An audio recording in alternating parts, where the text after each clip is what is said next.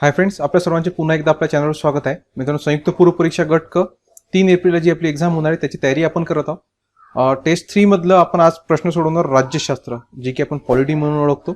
याच्यातले most important already आपण या पेपरमध्ये कन्क्लूड केलेले 15 क्वेश्चन त्यांचं स्पष्टीकरण आपण इथं पाहणार आहोत. तुम्हाला टेस्ट सिरीज अजूनही पाहिजे असाल तर वेळ गेली नाही, तुम्ही खाली मोबाईल नंबरवर व्हॉट्सअपवर कॉन्टॅक्ट करून प्राप्त करू शकता, ज्याची फीस नाममात्र 200 रुपये ठेवण्यात आली आहे. ज्या 10 PDF पेपर्स तुम्हाला व्हॉट्सअपवर प्राप्त होतील, सोबत 10 ऑनलाईन टेस्ट लिंक सुद्धा भेटतील. ज्याच्यामध्ये ऑनलाईन टेस्ट लिंकचा फायदा असा आहे की तुम्ही पेपर सोडवल्याबरोबर तुमचा स्कोर तुम्हाला तिथं कळणार आहे आणि कोणता प्रश्न राईट आहे कोणता रॉंग आहे ते सुद्धा लक्षात येऊन जाईल. तुम्ही प्रथमच आपल्या चॅनलवर आला असाल तर लगेच चॅनलला सबस्क्राईब सुद्धा करून घ्या, बेल आयकॉनला क्लिक करा, जेणेकरून येणाऱ्या व्हिडिओची नोटिफिकेशन तुम्हाला भेटत नाही. आणि मित्रांनो, व्हिडिओला लाईक आणि शेअर करायला विसरत जाऊ नका. मित्रांनो, अनअकॅडमी सोबत आता महाराष्ट्रातल्या सगळ्या स्पर्धा परीक्षांची तयारी तुम्ही करू शकता. या ठिकाणी बरेचसे प्लस फीचर्स अवेलेबल आहे, ज्याचा फायदा तुम्ही घेऊ शकता. आणि त्याच्यासाठी तुम्हाला कोड यूज केलं SOHEL1010, तुम्हाला डिस्काउंट सुद्धा भेटून जाईल. स्पेशल क्लासेस अनअकॅडमीवर अवेलेबल आहे, ज्याच्यामध्ये interactive sessions, poll for learners, never miss a class आणि lecture notes any time anywhere या सगळ्या गोष्टींचा फायदा तुम्हाला इथं प्राप्त होईल. प्रश्न क्रमांक 60, संयुक्त राष्ट्र संघाच्या आमसभेने कोणत्या दिवशी मानवी हक्कांचा सार्वत्रिक जाहीरनामा संमत व स्वीकृत केला होता? ओके, कोणा? संयुक्त राष्ट्र संघ म्हणजे युनोनं. आणि कोणत्या दिवशी केला होता? काय? मानवी हक्कांचा सार्वत्रिक जाहीरनामा. तर 10 डिसेंबर 1948 रोजी संयुक्त राष्ट्रांनी सर्वव्यापक मानवाधिकारांची घोषणा केली होती. 10 डिसेंबर 1948 म्हणजे तो स्वीकृत कधी झालेला आहे? 10 डिसेंबर 1948. आणि यामुळे काय झालं होतं की 1950 पासून 10 डिसेंबर हा मानवाधिकार दिन म्हणून साजरा केला जातो. ओके, हा सुद्धा लक्षात ठेवा की जगभर मानवाधिकार कधी साजरा केला जातो? 10 डिसेंबरला. का बरं? कारण या 10 डिसेंबर 1948 ला संयुक्त राष्ट्र संघानं मानवी हक्कांचा सार्वत्रिक जाहीरनामा हा संमत केला होता. त्याच्यानंतर 10 डिसेंबर 1948 मध्ये मानवी हक्कांचा जाहीरनामा काढण्यात आला आणि मानवी हक्कांच्या जाहीरनाम्यामध्ये एकंदर 30 कलमे नमूद करण्यात आलेली आहेत. तर एकूण कलमे किती? त्याच्यामध्ये 30 कलमे आहेत, हे सुद्धा लक्षात असू द्या. आपण नेक्स्ट क्वेश्चनवर जाऊया. प्रश्न क्रमांक 61, खालीलपैकी योग्य विधाने कोणती? भारतीय राज्यघटनेच्या कलम 343 मध्ये देवनागरी लिपीमध्ये लिहिली जाणारी हिंदी ही कार्यालयीन भाषा आहे. आणि घटना समितीने सप्टेंबर 1949 मध्ये हिंदी ही संघीय कार्यालयीन भाषा म्हणून मान्य केली होती. तर याच्यातलं काय विचारलं आपल्याला? योग्य विधान. हा याच्यावर थोडं काळजीपूर्वक मित्रांनो लक्ष असू देत जा की योग्य विचारलं की अयोग्य विचारलं.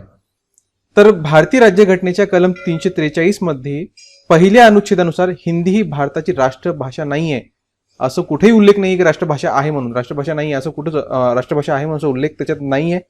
आणि परंतु असं तर आहे, परंतु देवनागरी लिपीतील हिंदी ही संघ राज्याची अधिकृत किंवा कामकाजाची भाषा असेल असं घटनेमध्ये नमूद करण्यात आलेलं आहे. आणि घटनेनं प्रत्येक राज्याला स्वतःची अधिकृत किंवा कामकाजाची भाषा ठरवण्याचा सुद्धा अधिकार दिला आहे. म्हणजे या ठिकाणी काय योग्य? हा योग्य ठरतो. ओके, त्याच्यानंतर घटना समितीनं 1949 सप्टेंबर 1949 मध्ये हिंदी ही संघीय कार्यालयीन भाषा म्हणून मान्य केली होती. तर संविधान सभेच्या प्रदीर्घ चर्चेनंतर 14 सप्टेंबर 1949 ला, कधी? 14 सप्टेंबर 1949 ला हिंदीला भारताची अधिकृत भाषा म्हणून स्वीकारण्यात आलं. त्यानंतर घटनेत कलम 343 ते 351 पर्यंत राजभाषेबाबत तरतूद करण्यात आली होती. त्याची आठवण ताजी करण्यासाठी दरवर्षी 14 सप्टेंबर हा दिवस हिंदी दिवस म्हणून साजरा केला जातो. आणि भारतीय राज्यघटनेत राष्ट्रभाषेचा उल्लेख नाहीये, हे सुद्धा लक्षात असू द्या. त्याचं उत्तर असणार option number 3. Okay, next question पाहूया. प्रश्न क्रमांक 62, राष्ट्रपतींना सर्वोच्च अधिकार कोणत्या प्रसंगी प्राप्त होऊ शकतात? तर राष्ट्रपतींना सर्वोच्च अधिकार प्राप्त होतं राष्ट्रीय आणीबाणी जाहीर करताना. ओके, आता आणीबाणी राष्ट्रपती जी आहे 3 प्रकारची आणीबाणी लावू शकतात. त्याच्यामध्ये राष्ट्रीय आणीबाणी कलम आहे 352. तसंच अजून कोणती घटक राज्याची आणीबाणी किंवा त्याला राष्ट्रपती राजवट म्हणतात ते कलम 356. आणि तिसरं आहे आर्थिक आणीबाणी, आणि ती आर्थिक आणीबाणीचं कलम आहे 360. या 3 प्रकारच्या आणीबाण्या राष्ट्रपती लावू शकतात. नेक्स्ट क्वेश्चन, प्रश्न क्रमांक 63, खालीलपैकी कोणते किंवा कोणती विधान किंवा विधाने बरोबर आहे? कलम 243 पंचायतीच्या निर्वाचन बाबतीत न्यायालयाच्या हस्तक्षेपास रोख लावते. आणि कोणत्याही पंचायतीच्या निवडणुकांच्या वैधतेला आव्हान केवळ राज्याच्या विधिमंडळाच्या तरतुदीनुसार निवडणूक याचिकेद्वारे केले जाऊ शकते. याच्यातलं कोणतं विचारलं? बरोबर विचारलं. ओके, याच्यावर थोडंसं मी पुन्हा म्हणत आहे की याच्यावर थोडंसं लक्ष असू द्या, कारण इथंच सिली मिस्टेक बऱ्याच मुलांच्या होतात. तर या ठिकाणी मित्रांनो हे दोन्ही सेंटेन्स हे करेक्ट आहेत. कलम 243 मध्ये या सगळ्या बाबतीचा न्यायालयाच्या हस्तक्षेपास रोख लावते. तसंच पंचायतीच्या निवडणुकीच्या वैधतेला आव्हान केवळ राज्याच्या विधिमंडळाच्या तरतुदीनुसार निवडणूक याचिकेद्वारेच केल्या जाऊ शकते. हे दोन्ही या ठिकाणी करेक्ट आहे, म्हणजे ऑप्शन नंबर 3 याचं उत्तर असणार. नेक्स्ट क्वेश्चन, प्रश्न क्रमांक 64, विधान परिषदेच्या रचनेसंबंधी दिलेल्या मुद्द्यांची अचूक नसलेले विधान कोणते? ओके, बघा ठीक आहे. आता इथं काय विचारलं, अचूक नसलेलं. आता इथं बरेच लोक नवीन अभ्यास करणारे मुलं सहज गोंधळतात आणि विशेषतः सायन्स फील्डमधून फर्स्ट अटेम्प्ट देणारे विद्यार्थी जे आहे ना ते अशा शब्दांच्या खेळामध्ये अडकून जातात. तर इथं अचूक नसलेलं म्हणजे कोणतं? अचूक नसलेलं म्हणजे चुकीचं. लक्षात ठेवा, अचूक नसलेलं म्हणजे कोणतं ओळखायचं आहे? चुकीचं असलेलं विधान आपल्याला ओळखायचं आहे. तर काय विधान आहे? 1/3 सदस्य विधानसभा निवडते, 1/6 सदस्य स्थानिक स्वराज्य संस्थेकडून निवडले जातात, 1/12 सदस्य पदवीधर मतदारसंघातून आणि 1/12 सदस्य शिक्षक मतदारसंघातून निवडले जातात. तर याच्यातलं चुकीचं कोणतं आहे? तर एक गोष्ट इथे लक्षात ठेवा की 1956च्या 7व्या घटना दुरुस्तीनुसार असं निर्धारित करण्यात आलं होतं की विधान परिषदेची सदस्य संख्या तेथील विधानसभेच्या सदस्य संख्येच्या 1/3 असेल. विधानसभेच्या किती? विधानसभेच्या 1/3 विधानसभे किंवा 40 पेक्षा कमी नसावी. म्हणजे 1/3 आणि पण 1/3 40 पेक्षा कमी होत असेल तर नाही, जमणार नाही. 40 पेक्षा ती कमी नसावी. मिनिमम 40 अपेक्षित आहे किंवा जास्त असेल तर त्या संख्येच्या 1/3. आणि घटना कलम क्रमांक 171(2) नुसार विधान परिषदेच्या रचनेबाबत कायदा करण्याचा अधिकार संसदेला आहे आणि विधान परिषदेत साधारणपणे 5/6 सदस्य निर्वाचित असतात तर 1/6 सदस्य राज्यपालाने निवडलेले असतात. म्हणजे 5/6 हे निर्वाचित तर 1/6 हे राज्यपाल यांना नियुक्त करतो. आता आपल्या सेंटेन्सवर येऊया. बघा पहिलं काय म्हणतो की 1/3 म्हणजे 1/3 सदस्य विधानसभा निवडते, विधानसभेचे सदस्याकडून निवडले जातात. करेक्ट आहे. हा सेंटेन्स चुकीचा नाही, हा करेक्ट आहे. त्याच्यानंतर दुसरं काय म्हटलं की 1/6 सदस्य स्थानिक स्वराज्य संस्थेकडून निवडले जातात. तर इथं हा चुकलाय, हा सेंटेन्स चुकीचा आहे. का? 1/6 नाही, इथं सुद्धा 1/3 आहे. म्हणजे 1/3 सदस्य स्थानिक स्वराज्य संस्थांकडून निवडले जातात. ओके, इथं लक्षात ठेवा, हे 1/6 नाही 1/3 आहे. त्याच्यानंतर 1/12 सदस्य पदवीधर मतदारसंघातून करेक्ट आहे आणि 1/12 सदस्य शिक्षक मतदारसंघ, हे सुद्धा करेक्ट आहे. हा जो दुसरा होता हा चुकीचा आहे. ओके, नेक्स्ट क्वेश्चनवर जाऊया. प्रश्न क्रमांक 65. भारतीय राज्यघटनेची वैशिष्ट्ये व जगातील इतर राज्यघटनेची उसनवारी यांच्या योग्य जोड्या लावा. या बाजूला वैशिष्ट्य आणि या ठिकाणी स्त्रोत दिलाय. राज्यपालांचं पद, न्यायालयीन पुनरावलोकन, राज्य धोरणांची मार्गदर्शक तत्वे आणि संसदीय राज्य पद्धती. तर हे कुठून, कोणत्या देशाकडून घेण्यात आलंय, आपल्याला योग्य जोड्या लावायचे. तर राज्यपालाचं पद हे भारत सरकारच्या कायदा 1935 मध्ये स्पष्ट त्याचा उल्लेख होता. त्याच्यानंतर न्यायालयीन पुनरावलोकन हे अमेरिकेच्या घटनेवरून घेण्यात आलं. त्याच्यानंतर राज्य धोरणांची मार्गदर्शक तत्वे आयर्लंडची आणि संसदीय राज्य पद्धती ब्रिटिश कडून घेण्यात आली. म्हणजे 1, 4, 3, 2 याचं उत्तर असेल. म्हणजे ऑप्शन नंबर 1 याचं उत्तर आहे. Next question. प्रश्न क्रमांक 66. खालीलपैकी कोणती विधाने योग्य आहेत? मिनी मंत्रालय म्हणजे स्थानिक स्वराज्य संस्था, नाही, चुकीचं आहे.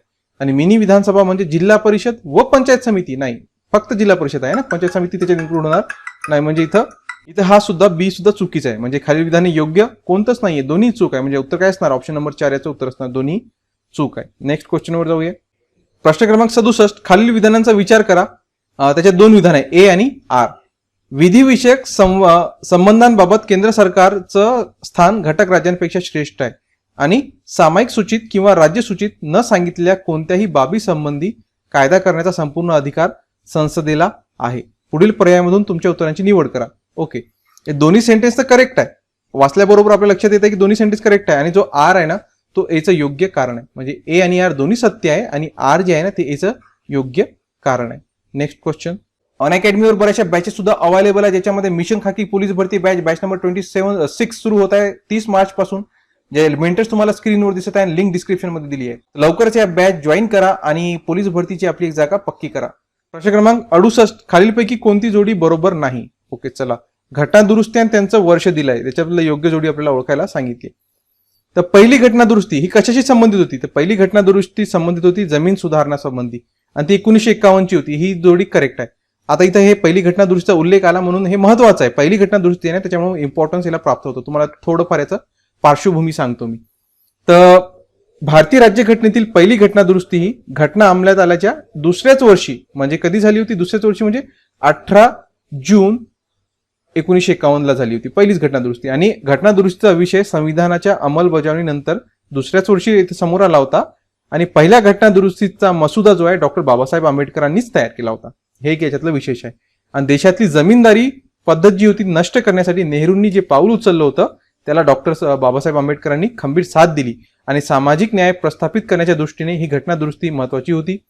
स्वातंत्र्यानंतर भारतासमोर जे महत्वाचा प्रश्न होता त्यात जमीनदारी नष्ट करण्याचा एक महत्वाचा प्रश्न होता आणि जमीनदारांच्या वर्चस्वापासून आणि शोषणापासून शेतकऱ्यांना मुक्त करण्याची जी गरज होती वेगवेगळ्या राज्यांनी जमीनदार नष्ट करण्याचे कायदे केले, परंतु या कायद्यांना न्यायालयात आव्हान दिलं गेलं होतं. त्याच्यामुळं सर्वोच्च न्यायालयाने हे कायदे मूलभूत हक्कांचं उल्लंघन करण्यात असल्याचे म्हणत ते रद्द ठरवलं होतं आणि यावर उपाय म्हणून पहिली घटना दुरुस्ती करण्यात आली होती आणि संविधानात 9वी अनुसूची समाविष्ट केली गेली आणि या अनुसूचित जमीनदारी नष्ट करणारे कायदे समाविष्ट करण्यात आले आणि या अनुसूचित तरतुदी या न्यायालयीन पुनर्विलोकनाच्या कक्षेत येत नाही. हे याच्यातलं एक विशेष आहे, म्हणजे याच्यात न्यायालयात दाद मागता येत नाही. नंतरच्या काळात अशा अनेक तरतुदींचा या अनुसूचीमध्ये समावेश केला गेला आणि न्यायालयीन पुनर्विलोकापासून याला संरक्षण मिळालं होतं. ओके, कधी झाली होती म्हणजे 1951ला जमीन सुधारणाविषयी आणि 18 जून 1951. ओके, हे करेक्ट आहे. त्याच्यानंतर दुसरं काय, 52वी घटना दुरुस्ती 1985. हे सुद्धा करेक्ट आहे. कशाशी संबंधित होती? 52वी घटना दुरुस्ती ही पक्षांतर बंदी कायदा संबंधी होती आणि त्याचा समावेश 10व्या परिशिष्टाची निर्मिती त्याच्यात करण्यात आली होती. तर ही करेक्ट आहे.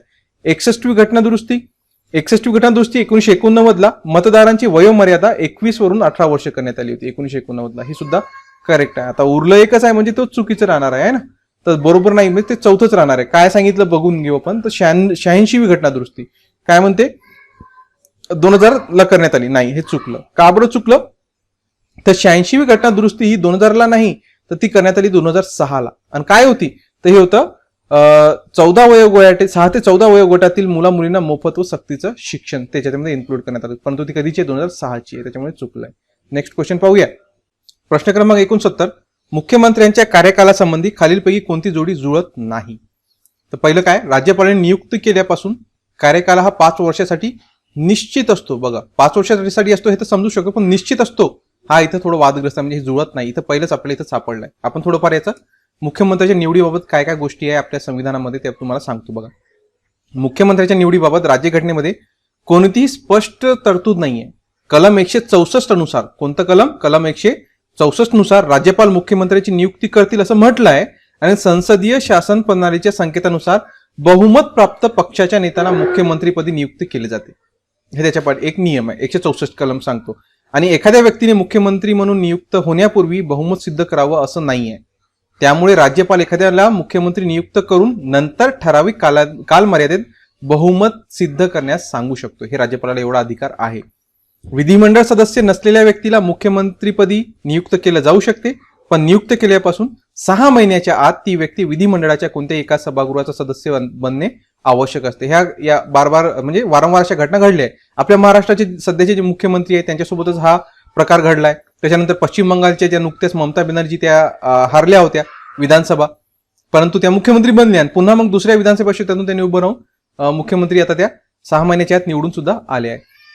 जेव्हा आता बघा, हा एक मोस्ट इंटरेस्टिंग एक पेज आहे याच्यातला, की जेव्हा मुख्यमंत्र्याचा पदावर असताना मृत्यू होतो ना व कोणताही स्पष्ट उत्तराधिकारी नसतो, तेव्हा सुद्धा राज्यपाल मुख्यमंत्र्याची निवड करताना आपल्या वैयक्तिक स्वेच्छाधिकाराचा वापर करतात. मात्र त्यानंतर सरकारी पक्षानं आपले नवीन नेता निवडला तर राज्यपाल त्याचीच नियुक्ती मुख्यमंत्री म्हणून त्यांना करावी लागते. एक मोस्ट इंटरेस्टिंग आहे त्याच्यातला राज्यपालाचा अधिकार हा. त्याच्यानंतर मुख्यमंत्री पदाचा कार्यकाल निश्चित नसून राज्यपालांची मर्जी असेपर्यंत तो स्थिर राहतो, पण विधानसभेमध्ये बहुमताचा पाठिंबा असेपर्यंत मुख्यमंत्र्यांना पदच्युत करता येत नाही, असा निवाडा सर्वोच्च न्यायालयानं SR बोम्मई विरुद्ध भारत सरकार 1994च्या खटल्यात दिलं होतं. आणि मुख्यमंत्र्यांनी विधानसभेचा विश्वास गमावला तर त्याने राजीनामा दिलाच पाहिजे किंवा राज्यपाल त्याला बडतर्फ करू शकतात. मुख्यमंत्र्याचं वेतन भत्ते विधिमंडळ कायद्याद्वारे निश्चित करते आणि याशिवाय त्यांना मोफत निवास, प्रवास भत्ते, वैद्यकीय सुविधा इत्यादी अतिरिक्त गोष्टी पुरवल्या जातात. त्याच्यानंतर बघा, या गोष्टी म्हणजे राज्यपालांची मर्जी, तत्वोत्तर राज्यपालांची मर्जी असेपर्यंत पदावर राहता येते, करेक्ट आहे. बहुमताचा विश्वास असेपर्यंत हा सुद्धा करेक्ट आहे. आणि पक्षनेतेपदी असेपर्यंत, पक्षनेते पदावरून पदभ्रष्ट केले नाही तोपर्यंत विधानसभेचा गटाचा पाठिंबा मिळेल, हे सुद्धा करेक्ट आहे. हा जो पहिला आहे ना, हा फक्त चुकीचा होता. आपण नेक्स्ट क्वेश्चन पाहूया. प्रश्न क्रमांक 70. खालील विधानांचा विचार करा. राज्यघटनेत मूलभूत कर्तव्यांचा समावेश 44व्या घटना दुरुस्तीने करण्यात आला. सध्या मूलभूत कर्तव्ये 10 आहेत आणि मूलभूत कर्तव्यांचा समावेश राज्यघटनेतील विभाग 4A मध्ये केलाय. तो 9वा विभाग आहे. मूलभूत कर्तव्ये कलम 51A मध्ये नमूद करण्यात आली आहे. तर याच्यातलं योग्य बघा, इथं काय विचारलं, योग्य असलेल्या विधानांची निवड आपल्याला इथं करायची आहे. आता बघा, हा मूलभूत कर्तव्य याच्यावर एक्झाम मध्ये प्रश्न आहे ना, 100% एक तरी प्रश्न याच्यावर येतोच. पॉलिटीमध्ये एक तरी प्रश्न मूलभूत कर्तव्यांवर राहतोच. तर कलम 51A मध्ये हा भाग 42वी घटना दुरुस्ती 1976 नुसार सरदार स्वर्ण सिंग समिती शिफारशीहून जोडण्यात आला होता. ओके, कितवी घटना दुरुस्ती होती? 42वी. इथं किती सांगितली? 44वी पहिल्या सेंटेन्स मध्ये, म्हणजे हा सेंटेन्स काय झालं? चुकलं. सध्या मूलभूत कर्तव्ये 10 आहेत का? नाही. सुवर्णसिंहनं तर 10 पेक्षा जास्त सांगितले होते, परंतु त्यांच्या काही मूलभूत ज्यांनी ते शिफारस केली होती त्याचे काही वगळण्यात आले आणि 10 स्वीकारण्यात आले होते. पण त्याच्यामध्ये आता 11वा सुद्धा एक ऍड करण्यात आलाय. तो 6 ते 14 सक्तीचं शिक्षण ते त्याच्यात ऍड करण्यात, म्हणजे सध्या 11 आहेत. 11 तर हे सुद्धा नाहीये. मूलभूत कर्त्यांचा समावेश राज्यघटनेतील विभाग 4 मध्ये केला आहे, तो 9वा विभाग आहे, करेक्ट आहे. मूलभूत कर्तव्य कलम 51 मध्ये नमूद आहे, हा सुद्धा करेक्ट आहे. ओके, म्हणजे सी आणि डी ऑप्शन नंबर 3 याचं उत्तर राहणार. नेक्स्ट क्वेश्चनवर जाऊया. प्रश्न क्रमांक 71 खालील जोड्या जुळवा. तरतुदी आहे आणि इकडे भाग आहे. तर घटना दुरुस्ती कोणत्या भागात आहे संविधानाच्या? तर हे आहे 20व्या भागामध्ये. ओके, आणीबाणीविषयक तरतुदी आहे 18व्या भागामध्ये. त्याच्यानंतर राजभाषा 17व्या भागामध्ये. निवडणूक आयोग हा 15व्या भागात आहे, म्हणजे 4, 3, 2, 1 ऑप्शन बघा बरं. 4, 3, 2, 1 कुठे दिसतो का? हा 4 नंबरचा ऑप्शन बघा. 4, 3, 2, 1 हा याचं उत्तर राहील. Next question. प्रश्न क्रमांक 72 योग्य जोड्या लावा. संस्था आणि त्यांचे सचिव इथे दिले आहे. पंचायत समितीचा सचिव कोण असतो? जिल्हा परिषद स्थायी समितीचा, नगरपालिकेचा आणि सरपंच समितीचा. हा उत्तर मी तुमच्यासाठी इथं सोडतो. बेसिक प्रश्न आहे. पंचायत राजचा तुम्ही अभ्यास केला असेल तर कोणताही टॉपिक सुरू केला ना त्याच्या फर्स्ट पेजवर या सचिवांची माहिती दिली असते. याचे उत्तर तुम्ही कमेंट करा, पाहू किती लोक याचं उत्तर योग्य देऊ शकतात. पंचायत समितीचा सचिव कोण असतो? जिल्हा परिषद स्थायी समितीचा सचिव कोण असतो? नगरपालिकेचा कोण असतो? आणि सरपंच समितीचा कोण असतो? याचं उत्तर खाली कमेंट करा. ओके, तर आपण इथं व्हिडिओ थांबूया मित्रांनो. आजचे इथं पॉलिटीचे प्रश्न संपतात. मित्रांनो व्हिडिओ आवडला असेल लाईक करा, मित्रांनो शेअर करा, चॅनल सबस्क्राईब करायचं सबस्क्राईब सुद्धा करून घ्या. आजच्या व्हिडिओसाठी इतकंच. धन्यवाद. आणि लवकरच इथं मित्रांनो याचे ऑफर्स एक्सपायर होत आहे, ज्याच्यामध्ये 20% प्लस 30% म्हणजे 30% इथं ऑफर तुम्हाला एक्सपायर होणार आहे. लवकरच याचा फायदा घ्या. तसंच दुसरा जो ग्रुप सीचा जो तुम्हाला इथं ऑफर देण्यात आला होता तो सुद्धा एक्सपायर होणार आहे. लवकरच इथं तुम्हाला सबस्क्रिप्शन घ्यायचं असेल तर घेऊन घ्या. आणि कोड काय यूज करायचा? SOHEL1010. मित्रांनो अनअकॅडमीवर सगळ्या कोर्सेसची प्राइस हाईक होणार आहे. तुम्हाला हाईक झाल्यानंतर जो चार्जेस आहे स्क्रीनवर दिसत आहे, याचा भुर्दंड तुम्हाला बसू नये म्हणून आजच सबस्क्रिप्शन घ्या. आणि तुम्हाला अजून याच्यावर डिस्काउंट पाहिजे असेल तर कोड तुम्ही आपला यूज करू शकता.